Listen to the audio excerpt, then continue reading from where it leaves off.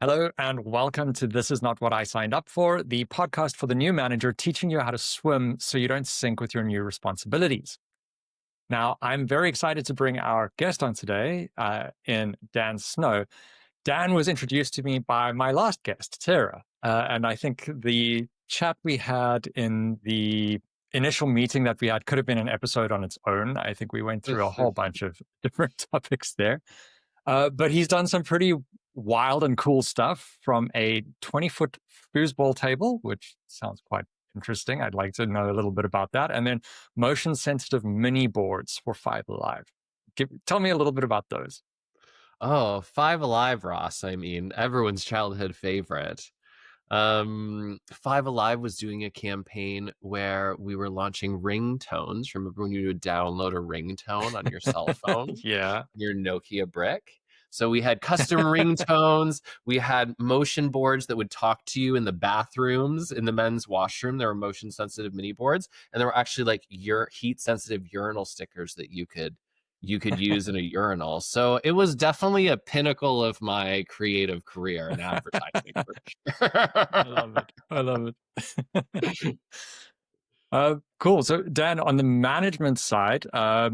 you've built or restructured a $3 million agency and built a whole bunch of teams and strategy and things from scratch. So, I'm very happy to have you on because I think you kind of got an inkling of what you're talking about around the management side. And you now run a full service agency and you help business to business companies grow and tell their story. And one of the things you do is you folks do this remotely, which happens to be our topic today. So, Dan, Mm. welcome to the podcast. Thank you, Ross. Thanks. I appreciate it. I'm excited to be here. Yeah. So, first question for you, and going on the remote side of things, what is your personal remote work guilty pleasure during the day? Oh, so as much as I love living in Zoom and looking at my laptop for a large portion of my day, my guilty pleasure with remote work is going out and like going for walks, as wild as that sounds. Sometimes on a Tuesday afternoon at like 2:30 when you're in between meetings, it feels like you should be sitting at your desk being a diligent worker bee. But there are definitely moments where, I live next to a conservation area when I'm here in like Waterloo, Canada, where I live. And then I work remotely from different locations around the world for different parts of the year, mostly winter, Canadian winter, I get out of here. So I really try to intersperse going out into the world and having an adventure and just stimulating my mind in a more relaxed and different way in between the meetings and the tasks and the obligations that we all have throughout our days. I would actually say that that is very similar for me. Mm, I also love the ducking out for a walk when it really does feel like a little guilty pleasure, yeah. even though I don't think it should be. Mhm.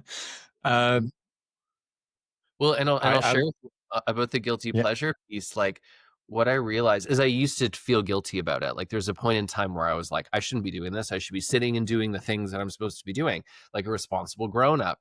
Um, and then what I realized is I'd be out on that Tuesday afternoon and I'd be walking in the woods, and I'd be like, watching a squirrel run up a tree, and then all of a sudden, this solution to this like this work challenge that I had rolling around in my mind, where all of a sudden, like I'm not thinking about it, and then the light bulb goes off, and you're like, oh, if I just move this person over here and reallocate that, and, move that to the right and that to the left, like that solves the problem.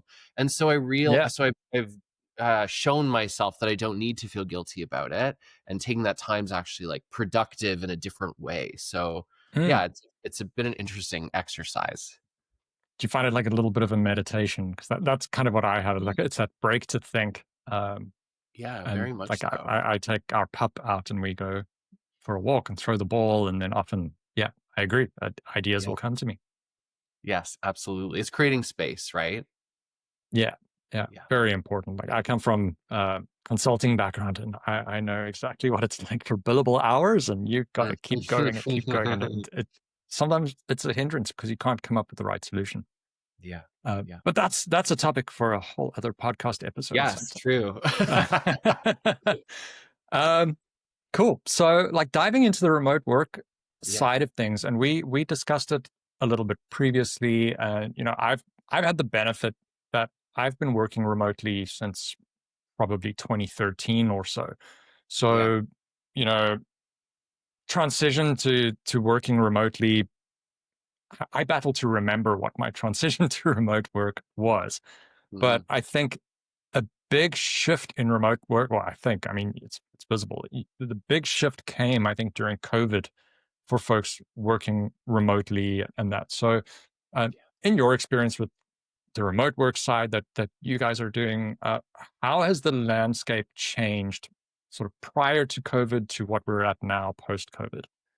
Yeah, in my experience, so for context, I started my career in advertising and in mobile app development, and so I worked at big ad agencies and small ad agencies. I worked at a mobile app development agency for a period of time before I started my own company. And now what we do is we're a marketing company for businesses that sell to other businesses, usually with sales teams. So think like construction, manufacturing, like janitorial services, infrastructure, technology. So um, very grassroots kind of infrastructural organizations are who we work with. And so when I was in Adland, as I call it, the only instance I saw of remote work was when I worked at this mobile app development company, specifically in pharmaceuticals, because the pharmaceutical organizations were so global and so funded that they could afford the technology and the travel in order for us to be based in Toronto and our clients to be based in Basel, Switzerland, and Orange, New Jersey, and like outside of LA and California. So that was my first remote work experience pre-COVID, and that was the only instance in which I saw it kind of exist to really like 100% capacity, where we never saw or met the client. We always worked remotely Mm, in time zones and all of that stuff. And then COVID happened, and of course the in-person wasn't sustainable. We saw the technology adoption happen even in really laggard industries like insurance and finance, like these institutions, right? And they had to get on board, and so it just of course accelerated the adoption. And then it's a lifestyle piece. People were like, well, I don't want to go back to work. Like, I don't need to tell y'all listening that the office isn't always our favorite place to be. So the acceptance of it came after the technology was really an mm. obligation. And now we live in the world we do today, Yeah. where I'm literally on like today I'm on 5.5 hours of calls. Like I don't even leave my house until dinner. So yeah, it's been a quick shift.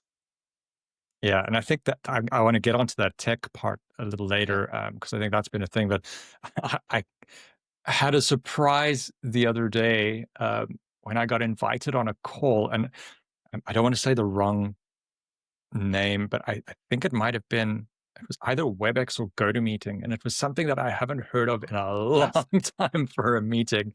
I was like, "Wow, you're still around?" Not to Let's slate them jump or on a anything, but like. go-to meeting. We'll watch some Saved by the Bell. It'll be great. So, going into kind of the context that you're in now, and like you've got your remote teams, what is your approach to managing remote teams? Like, how do you do it? It is about, for me, it's about structure in order to create consistent communication channels, because communication channels not only, of course, allow for like awesome work to be done and all of that very important stuff, but it also enables people to connect with one another and build relationships when you're not physically together. And Mm, so I'm going to call it like two streams of structured meetings, if you will. The first one are for our business. We have status every Monday. We have monthly touch bases. We have, the things you need to run a business. So we mm, have those meetings very structured so that we see each other often. We're communicating regularly about our projects. The second stream of communication we have are meetings so that people can get peer-to-peer support. So the way that the Snow Collective, my company, works is we are a group of freelancers, small business owners, consultants who come together under the Snow Collective brand, and we cherry pick everyone's expertise. So, if client A needs one person with this skill set, we can make that happen. If client B needs 9 people with 9 different skill sets, we can make that happen.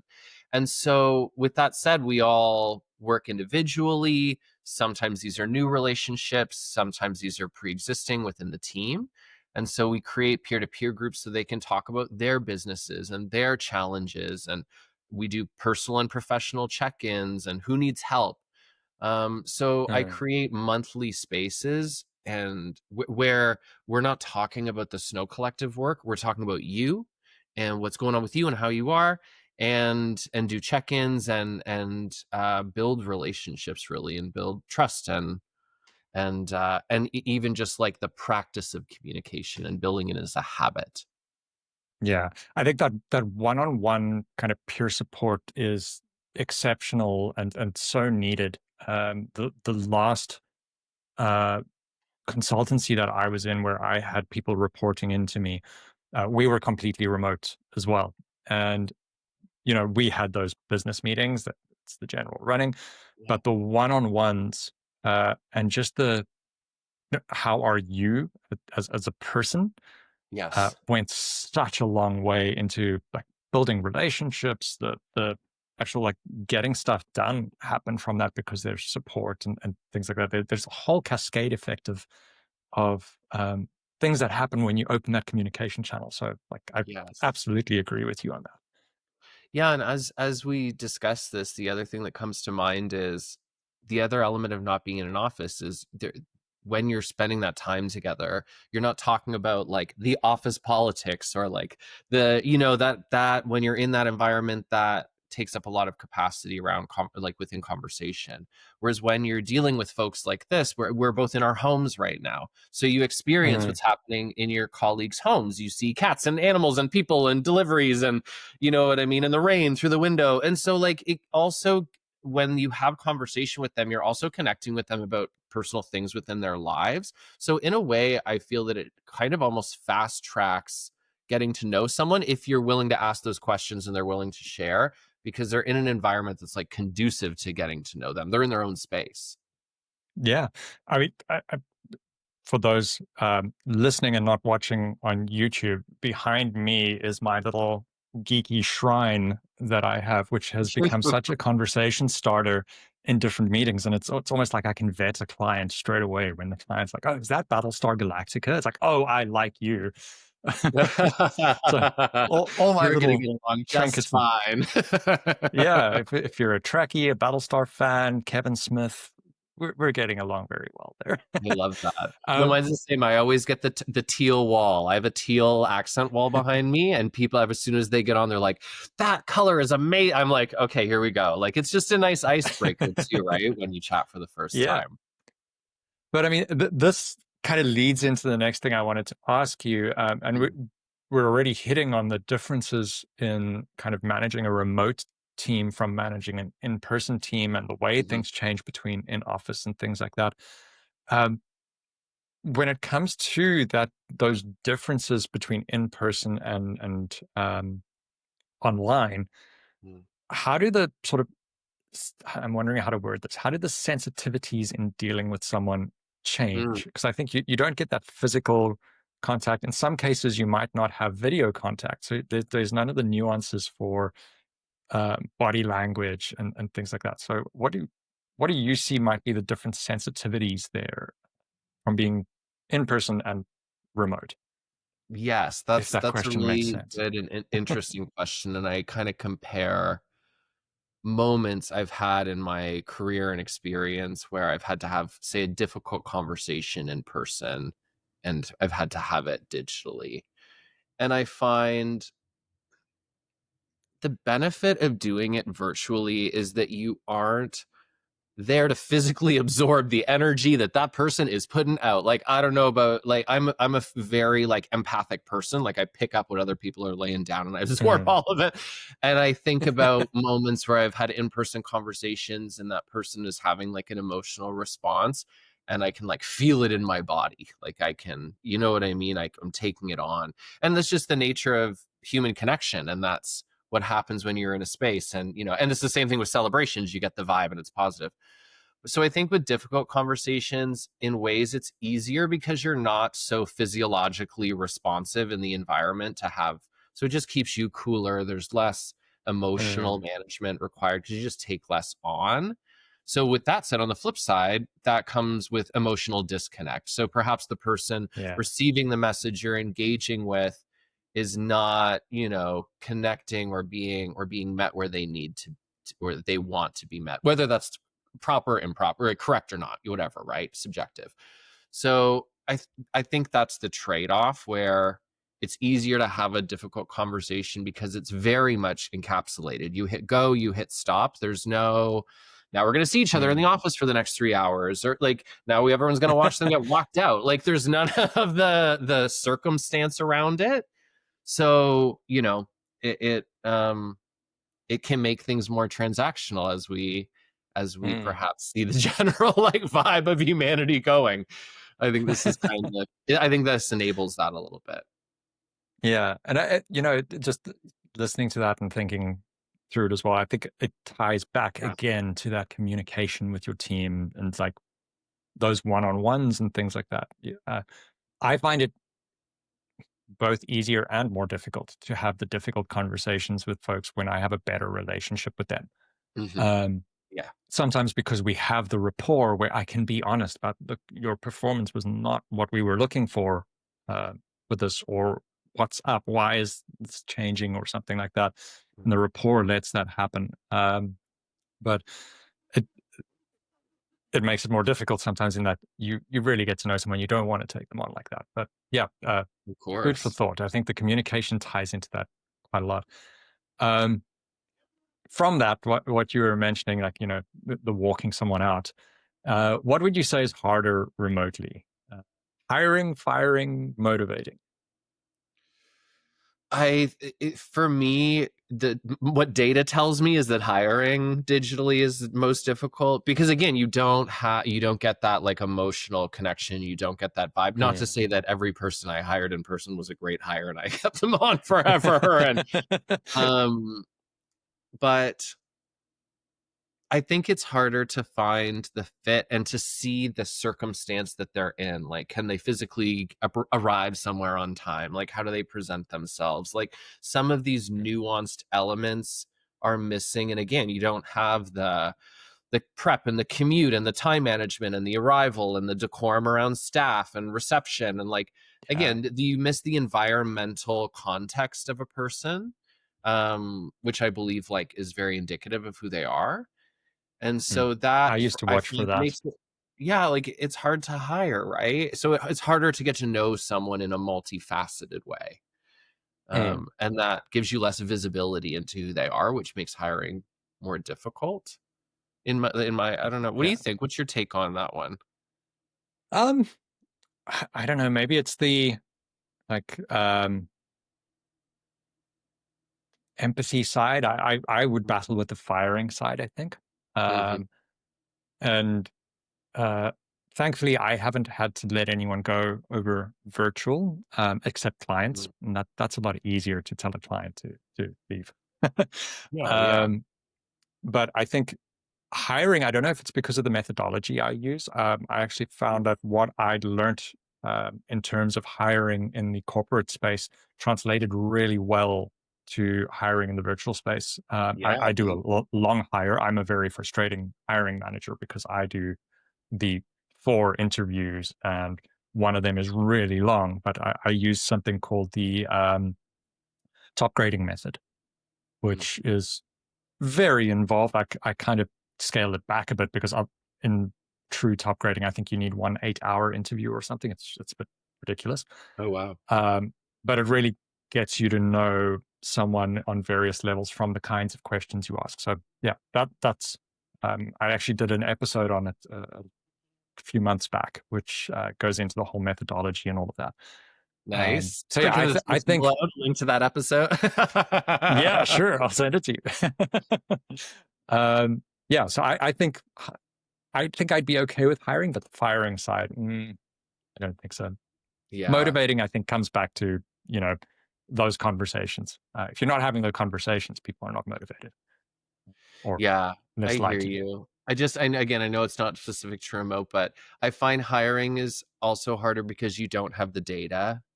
Whereas if I'm ending a relationship with someone, it's based on a track Mm, record that gives me the knowledge that this is the right choice for the business. So yeah. I have like, at least I have a grounding somewhere. Where with hiring, again, you have a whole methodology. So you're collecting data as you're like going through it. Yeah. So I just need to tap into to tap into your process. So again, another conversation. Yeah.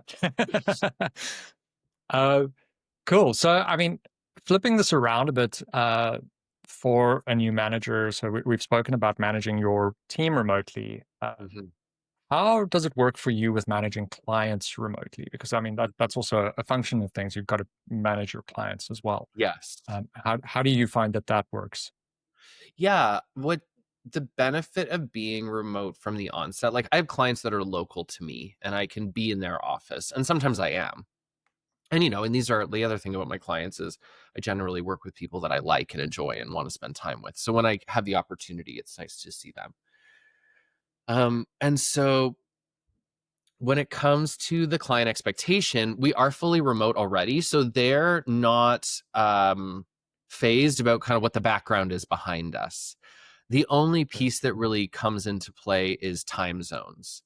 And so Mm, for me, I mean, I proactively manage my clients' expectations where, hey, I'm going to be working from Europe for 3 months. I'm not going to be as available in the afternoons. My team is, excuse me, you still have access to all of the support staff.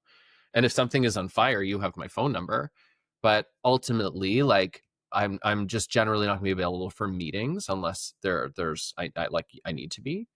And I use tools like Calendly, which is an automated booking software where you set your own availability and then people go in and it matches their availability, and you can just it that, tosses it in and it mitigates the time zone difference. I see it in in European, they see it in our instance Eastern. So it's these tools where you can set your availability that allow you to be within time zones, and um it doesn't really hinder your mm. ability to communicate. Yeah, Calendly is possibly one of the most valuable tools that I've got. That it's Yes. just like I 1 year subscription, yes, paid, done. Give it, Done. give it to me. Done. Easy. It's so valuable. I mean, I work across multiple time zones from Eastern through Pacific, through South Yes. Africa, through Netherlands, uh, and it's so great to just like have a link in my signature and people just book in Yes. time that works for them. And oh, And it's such a time save. I have this fabulous coach. Her name is Valerie Hall Little. I've been working with her for like 6 years now or something. And she's very much helped me with both operations and leadership mindset and enabled me to like get out of my head. That's the other thing for remote work. If you come from corporate, like get a coach that tells you, like, if you want to go work from Bora Bora, like pack your laptop, figure out a plan, and go make it happen. Like go live your best life. So that's the other Yeah. asset I highly recommend as a coach. But all this to say, I thought when she introduced Calendly, I was like, people are gonna think this is so informal, and I'm like brushing them off to be like, go book your own meeting. Like I come from, we jam for 9 emails until we get like a 30-minute meeting booked. So Yeah. and then A people 1 week long love, doodle poll. yeah, the doodles, exactly, haunting my dreams. So all this to say, like, but people loved it. The feedback was fabulous. And then, so you implement things. The other one was Loom. So Mm, Loom allows you to screen record while you can video and audio, or one of the three or whatever. So it allows you to review documents and take video at the same time. So think walk through a presentation, a scope of work, a sales pitch, even like meeting notes. So I use that, and it allows you to have async conversations that are conversations. They aren't an email. And then it has AI tools that summarizes everything. So these are ways that the client doesn't like feel you're gone or feel you're in a different mm. time zone. And so they're generally not usually they're like, where are you now? Like they're excited to like learn and live vicariously. Yeah. It's fascinating. It's one of the things that it blows my mind about the return to work sort of orders. I'll call them orders that are Yes. happening now.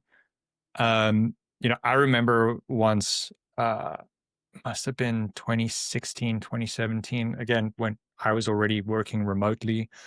Um, but I kind of one day thought to myself, like, how would someone know if I'm sitting at home in Johannesburg or if I'm sitting in Mauritius in a cocktail bar as to what I'm doing? So we got on a plane, we flew to Mauritius, and I only had a 2 hour difference. And I sat there working from a cocktail bar near my hotel. And it was wonderful for a week. And no one even knew I was not at my desk.